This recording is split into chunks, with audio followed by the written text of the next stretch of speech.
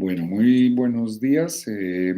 A mí me ha correspondido el día de hoy una conferencia de lo que es la utilidad de los marcadores tumorales en el enfoque de la masa anexial. Básicamente, yo quiero eh, hablar de lo que es el enfoque que debe tener el médico ginecólogo desde su consulta externa, desde urgencias, de cuál es la utilidad de los marcadores tumorales en el enfoque del manejo de la masa anexial que debemos conocer todos. ¿Qué son los marcadores tumorales? Los marcadores tumorales son moléculas o sustancias que pueden ser producidas por o en respuesta a una proliferación neoplásica que ingresan a la circulación en cantidades que podamos medir. Indican la presencia de cáncer o proveen una información de su comportamiento y básicamente depende su utilidad de la sensibilidad y de la especificidad con que cuente esta prueba. El factor limitante más importante en los marcadores tumorales es la falta de especificidad. La mayoría de los tumores, de los marcadores, son asociados al tumor, más no son específicos del tumor y pueden estar elevados en múltiples condiciones tanto fisiológicas como benignas. ¿Para qué se utilizan o en qué contexto se pueden utilizar los marcadores tumorales? Bueno, primero en la estratificación del riesgo, o sea, definir en una población si es de alto o de bajo riesgo para un tumor, pues nos sirve para decidir qué estrategias de tamizaje, de tamización o de prevención vamos a utilizar. Segundo, se pueden utilizar dentro de los programas de tamización para la detección temprana de un cáncer. Se pueden utilizar en el diagnóstico diferencial, por ejemplo, en ovario, es el ejemplo clásico de que los usamos para la diferenciación entre una masa benigna y una masa maligna para tratar de establecer esa diferencia. Cuarto, los podemos utilizar en el pronóstico, básicamente para estimar el riesgo o de invasión o de metástasis. Ustedes saben, por ejemplo, en cáncer de endometrio, el CA125 elevado es un predictor del riesgo de metástasis ganglionares. Sirve en quinto lugar o pueden ser utilizados en quinto lugar para la predicción. Puede uno predecir la sensibilidad o resistencia a una terapia específica. Nuevamente, el CA125, por ejemplo, en mayor de 500, predice una disminución de la probabilidad de citorreducción completa de un tumor de ovario. Sexto, para el monitoreo, generalmente durante o después del tratamiento. Por ejemplo, nuevamente el CA125 es su utilidad principal en determinar el momento de una recaída después del tratamiento y durante el tratamiento, el momento en que se negativice, pues tiene que ver con el pronóstico de la enfermedad. ¿Por qué son importantes las masas anexiales? Bueno, estamos en un segmento que estamos hablando de esto. Es una patología a la cual los ginecólogos nos vemos enfrentados a diario. El 5 a 10% de las mujeres en Estados Unidos tendrán un procedimiento quirúrgico a lo largo de su vida por el diagnóstico de una masa anexial. 13 a 21% de estas masas serán un cáncer de ovario. Entonces es bien importante establecer o tratar de establecer la diferencia entre benignidad y malignidad. Y el diagnóstico diferencial de una masa anexial, como varía tanto de acuerdo a la edad del paciente, pues también tenemos que conocer básicamente en ese contexto qué marcadores tumorales vamos a utilizar. ¿Por qué se debe discriminar entre benigno o maligno? Ya sea en el contexto, por ejemplo, de urgencias, en la cual la paciente consulta por sintomatología de dolor abdominal, o bien esté asintomática en la consulta externa, pues tratar de decidir o de definir si la masa tiene más probabilidad de ser benigna o maligna es bien importante para poder enfocar, por ejemplo, quién debe operar el paciente. si uno tiene sospecha de malignidad, pues es mejor que lo maneje un ginecólogo oncólogo y que esté entrenado siempre y cuando la cirugía pueda ser diferida en el contexto de las urgencias, que lo maneje de una vez el cirujano ginecólogo oncólogo para que realice la citorreducción primaria, que ustedes saben es el procedimiento quirúrgico primordial y que sobre el cual, digamos, se va a basar todos los desenlaces posteriores de pronóstico. Vamos a hablar específicamente de dos marcadores que son los que se utilizan en la actualidad para el diagnóstico de las masas anexiales, sobre todo para diferenciar o tratar de establecer esa probabilidad de benignidad o de malignidad, y son el CA125 y el HE4. A esas me voy a referir principalmente y al final pues les voy a mostrar rápidamente otros marcadores que se utilizan en los tumores de ovario. El CA125 pues no es una cosa que se haya inventado recientemente, está descrita desde el 1981, es una glicoproteína reconocida por el anticuerpo murino monoclonal OC125, se expresa en el epitelio amniótico y celómico durante el desarrollo fetal y está ampliamente distribuida en los tejidos adultos, en las células mesoteliales de la pleura, pericardio, peritoneo, así como en el epitelio tubárico, también en el epitelio endometrial y en el epitelio endocervical. Estas son las distintas sensibilidades y especificidades. Es importante y siempre lo van a oír, mirar si la paciente está en época premenopáusica o postmenopáusica. De eso depende la sensibilidad y la especificidad del CA125 como marcador tumoral. Recuerden que el CA125 pues, no es exclusivo de los cánceres de ovario y hay una gran cantidad de condiciones que ya veremos ahorita que lo elevan, que pueden ser fisiológicas o correspondientes a patología benigna.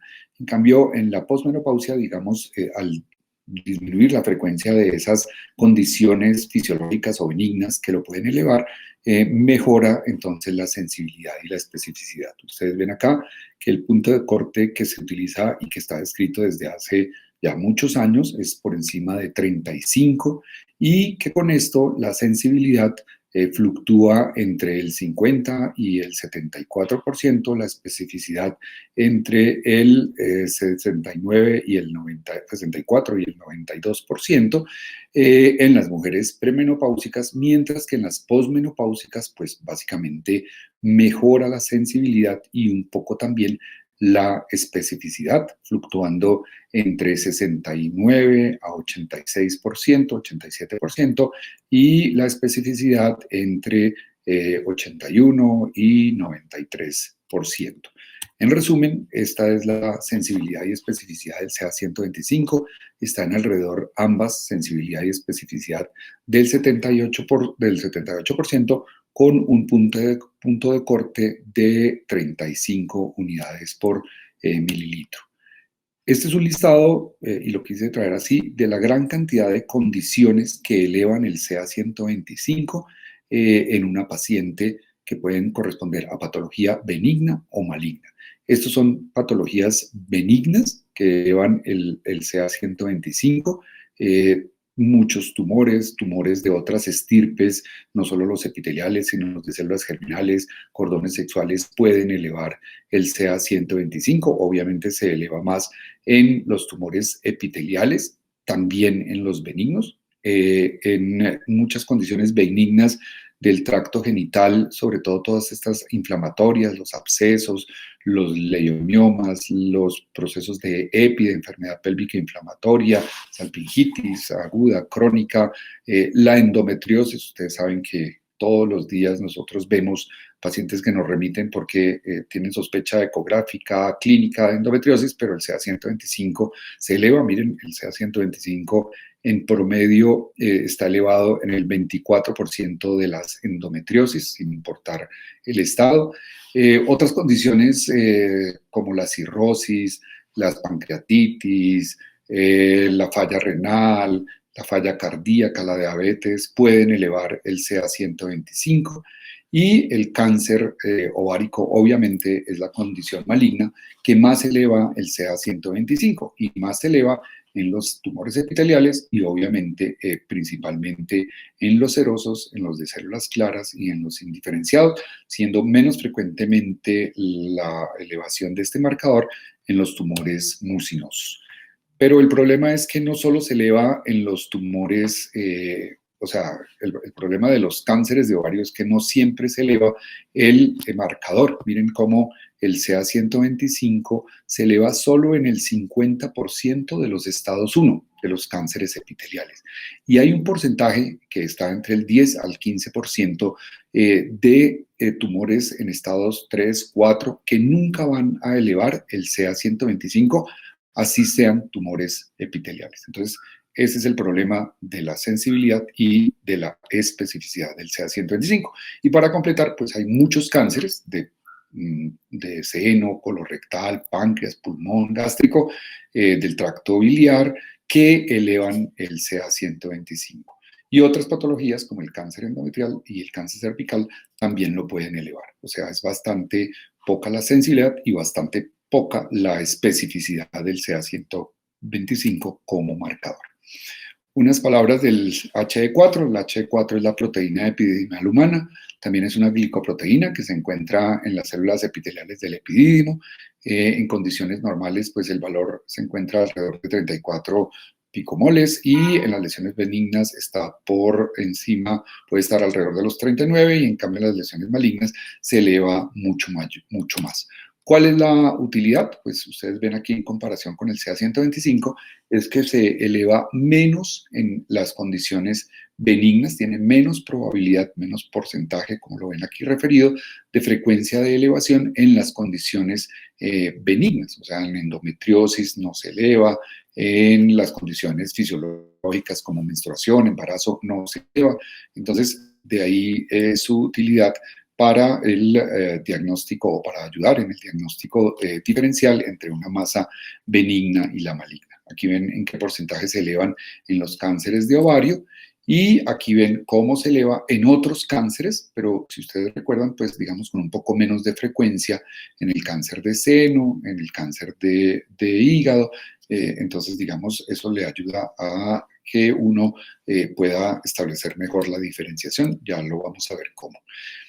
Siempre, digamos, se ha hablado y la preocupación principal es de cómo podemos establecer esa diferencia de probabilidad de que una masa sea benigna o maligna. Ustedes ven aquí la sensibilidad y la especificidad para estos procedimientos, la ecografía, el Doppler, la tomografía, la resonancia, el PET y el CA125, las diferentes sensibilidades y especificidades para poder hacer esta diferenciación. Por eso se ha investigado, y digamos la preocupación es siempre cómo combinar estos distintos exámenes para uno poder mejorar esa sensibilidad y especificidad y poder tratar de establecer mejor la diferencia entre lo benigno y lo maligno. Hay clasificaciones como esta de la Sociedad Americana de Ginecólogos y la Sociedad de Ginecólogos Oncólogos. Básicamente, ¿cuáles pacientes tienen más riesgo de tener una masa de ovario que sea maligna? Pues en las premenopáusicas, las que cumplan estos criterios, que el CA125 esté por encima de 200, que tengan ascitis, que tengan evidencia de metástasis o que tengan historia familiar de un cáncer de mama o ovario en primer grado. Estas pacientes que cumplan con estos criterios, con eso solamente tienen más probabilidad de que la masa anexial que uno está viendo sea maligna. Y en las posmenopáusicas, las que cumplan estos criterios, los niveles de CA125 por encima de 35, la presencia de ascitis, una masa pélvica nodular o fija, la evidencia de metástasis y la historia familiar, pues hacen que uno la clasifique como de alto riesgo para que sea una neoplasia maligna. Pero se han desarrollado otros índices como este, que es el índice de riesgo de malignidad, que es un sistema de puntuación para asignar preoperatoriamente a las masas ováricas en dos grupos, un grupo de alta probabilidad de baja probabilidad de malignidad o de alta probabilidad de malignidad. Se basa en tres cosas: las características del ultrasonido, el estado de la paciente, si es menopáusica o premenopáusica o menopáusica, y el valor de CA-125. Uno multiplica estos tres ítems, y si el puntaje está por encima de 200, entonces la paciente es clasificada para tener una masa anexial de alta probabilidad de malignidad. Esto tiene una sensibilidad del 86%, con una especificidad, del 91%, un valor predictivo positivo de 63 y negativo de 97%. Estas que ven ustedes acá son las características que debe mirarse en la ecografía, y si no tiene ninguna, pues un 0 de puntos; si tiene una de estas 5, un punto; y si tiene más de 2 de estas características al ultrasonido, pues se le asigna 3 puntos. Y si es menopáusica, si es premenopáusica, 1; si es posmenopáusica, 3. Y aquí está el valor del CA-125, y como les digo, multiplicando esto, si va por encima de 200, se asigna al grupo de alto riesgo de malignidad.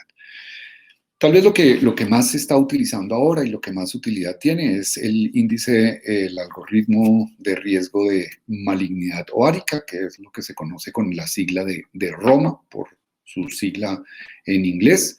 Permite la clasificación de los pacientes igual en una categoría de alto o de bajo riesgo, y es un cálculo matemático que utiliza los valores séricos de CA-125 y del H4, la edad de la mujer, y el estatus menstrual pre o posmenopáusico.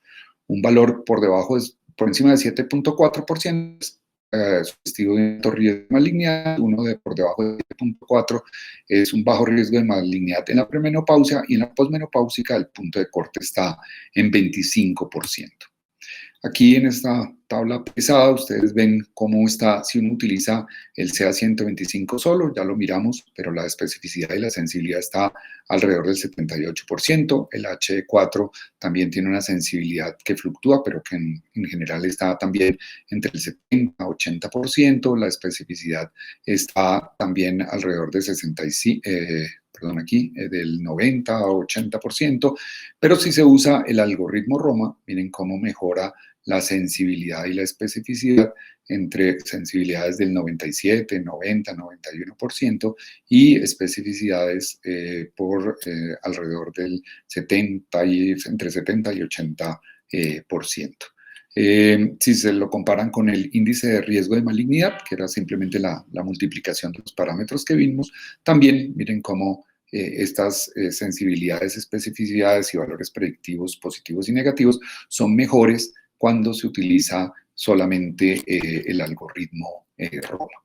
Entonces, ya para ir finalizando, estos son otros marcadores que se pueden utilizar. Es importante siempre tener en cuenta la edad de la paciente.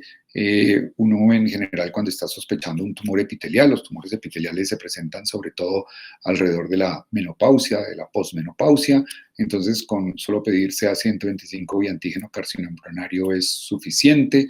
Pero todos, como veíamos, pues se elevan en otras condiciones también, y en pacientes jóvenes en los cuales se esté sospechando tumores de células germinales, etcétera, pues se pide la alfa-fetoproteína y la subunidad beta de gonadotrofina. Cuando aquí ustedes ven el comportamiento de los marcadores tumorales con respecto a estos que son tumores de células germinales o de los cordones sexuales, aquí está, pues digamos, cómo uno sospecha o un disgerminoma, o un tumor del seno endodérmico, o un coriocarcinoma, de acuerdo al marcador o a la combinación de estos marcadores.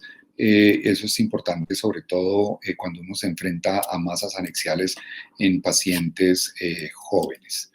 Y ya también para finalizar y estar dentro de nuestro tiempo asignado, estos son todos los marcadores que uno puede utilizar o que se utilizan, digamos, frecuentemente en ginecología, algunos de cáncer de seno como estos del 15-3, de tumores gastrointestinales el 19-9, y como ustedes ven, la gran cantidad de condiciones tanto fisiológicas como de patología benigna o de patología maligna, que los pueden elevar, y digamos, uno siempre tiene que estar pues al tanto de esto para poder enfocar correctamente nuestras pacientes.